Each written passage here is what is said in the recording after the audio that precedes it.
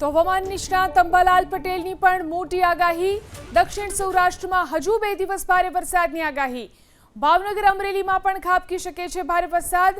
તો જૂનાગઢ ગીર સોમનાથમાં પણ હજુ ભારે વરસાદની આગાહી અંબાલાલ પટેલે કરી। પોરબંદર દ્વારકા જામનગરમાં પણ 7મી જુલાઈ સુધી વરસાદની આગાહી। તો દક્ષિણ ગુજરાતમાં ભારેથી અતિ ભારે વરસાદ થઈ શકે। ઉત્તર ગુજરાતમાં વરસાદની શક્યતા। પાટણ સમી હારીજ પાટડી દસાડામાં વરસાદની આગાહી।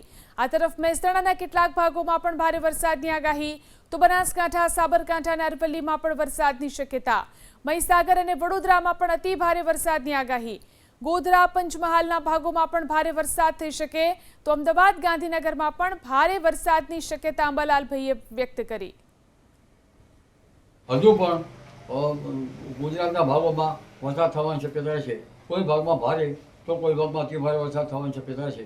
દક્ષિણ સૌરાષ્ટ્રના કેટલા ભાગમાં ભારે વરસાદ થવાની શક્યતા રહેશે। આ ઉપરાંત દક્ષિણ ગુજરાતના કેટલા ભાગમાં ભારે તો અતિ ભારે વરસાદ થવાની શક્યતા રહેશે। પશ્ચિમ સૌરાષ્ટ્રના ભાગોમાં હળવો વરસાદ થઈ શકે। લગભગ દેવભૂમિ દ્વારકા પોરબંદર અને જામનગરના ભાગોમાં હળવો મધ્યમ વરસાદ થવાની શક્યતા રહેશે। કચ્છના ભાગોમાં પણ વરસાદની શક્યતા રહેશે। આ ખાવડાના ભાગોમાં ઓછો વરસાદ થઈ શકે। આ ઉપરાંત ઉત્તર સૌરાષ્ટ્રના ભાગોમાં ચોટીલાના ભાગોમાં અને રાજકોટના ભાગો સુરેન્દ્રનગરના ભાગો ધાંગધ્રાના ભાગો હળવદના ભાગોમાં પણ વરસાદ થવાની શક્યતા રહેશે। તદ ભાગમાં હળવો ભારે વરસાદ થઈ શકે। પરંતુ દક્ષિણ ગુજરાતના ભાગોમાં હજુ કોઈ ભાગમાં ભારે વરસાદની શક્યતા રહેશે। પણ ઉલ્લેખનીય છે કે ઉત્તર ગુજરાતમાં વરસાદના વાવર છે, પરંતુ હજુ ઘણા ભાગોમાં વરસાદની જરૂર છે। પાટણ સમી હારીજના ભાગોમાં વરસાદ થવાની શક્યતા રહેશે। આ ઉપરાંત મહેસાણાના ભાગોમાં વરસાદ થવાની શક્યતા રહેશે। કોઈ ભાગમાં ભારે વરસાદથી જળભરાવ પણ થવાની શક્યતા રહે।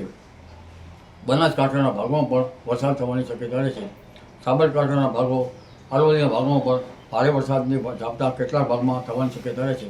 ઉલ્લેખનીય છે કે મધ્ય ગુજરાતના કેટલાક ભાગમાં ભારેથી અતિ ભારે વરસાદ થવાની શક્યતા રહેશે।